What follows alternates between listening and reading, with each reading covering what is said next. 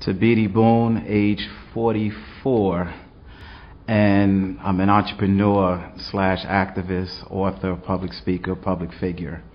One day it was a beautiful Sunday, and playing basketball, and as a promising young basketball star, a friend of mine, ran to the park and said, your mom is at the top of the roof, 6 stories at the top of the projects where we lived in Brooklyn. Well, I dropped the basketball and I run across the street, round to the back of the building where we was at, and as I look up, who was coming down in front of me is my mother.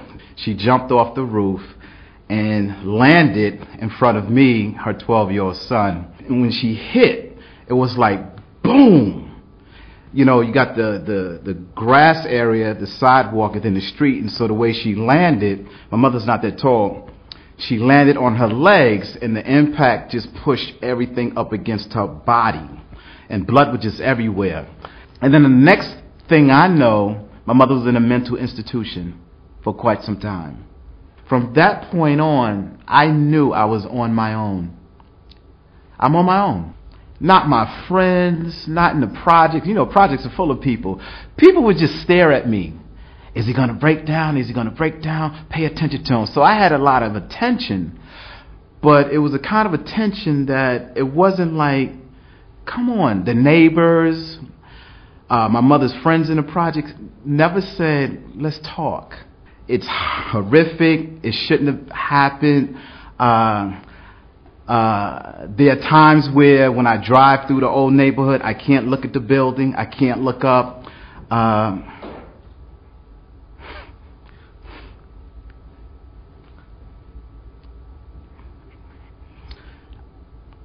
Also,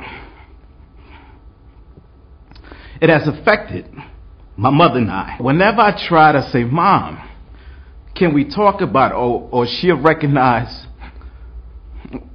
why am I so quiet?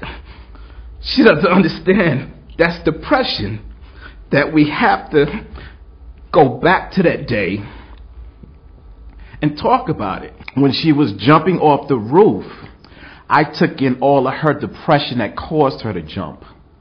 And that's deep.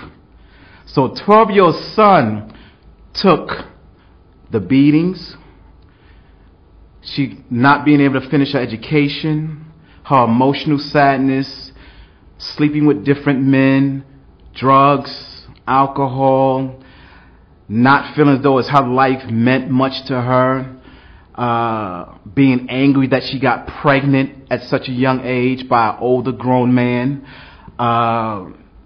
being forced into marriage to this man at the age of 16. I was speaking to my father one day, and he, for the first time, apologized for raping my mother that produced me. And I was waiting to hear that all my life, that he was sorry for taking advantage of my mother and taking her innocence away. And I think I became the man and the father that he wanted to be. And so, but if I didn't forgive him, I don't think me being who I am, I could be the person I am. And I also had to forgive my mother. And there are times where, to this day, I have to love my mother more than she hates herself. Depression doesn't have to be something so negative. Sadness and emotional pain doesn't have to be something so sad. But depression can be a reminder of where we came from and what we went through. But depression also is an opportunity to keep us real and transparent in our own human emotions, to say, you know what? I've been there and I feel that, but I'm not stuck in that. That the healing is in me, and the healing and the journey can also be extended to others, that we still move on, but we don't lose our place. So depression doesn't have to keep us cemented to where we can't get up and move on and do the things we're supposed to do. I think we cannot be successful without being at some point depressed and sad, because now we get in the fullness of a sense of tapping into all our emotions. Because if we too one-sided, of being too glorified on one side, then I don't know what kind of world we're living in. Hi, I'm Terry Williams. Can I tell you that it is way past time for us to come face to face with the issue of mental illness in the black community? That it's time for us to stop hiding it behind closed doors? Let's show those with mental illness that they aren't alone. Share ourselves. Healing starts with us.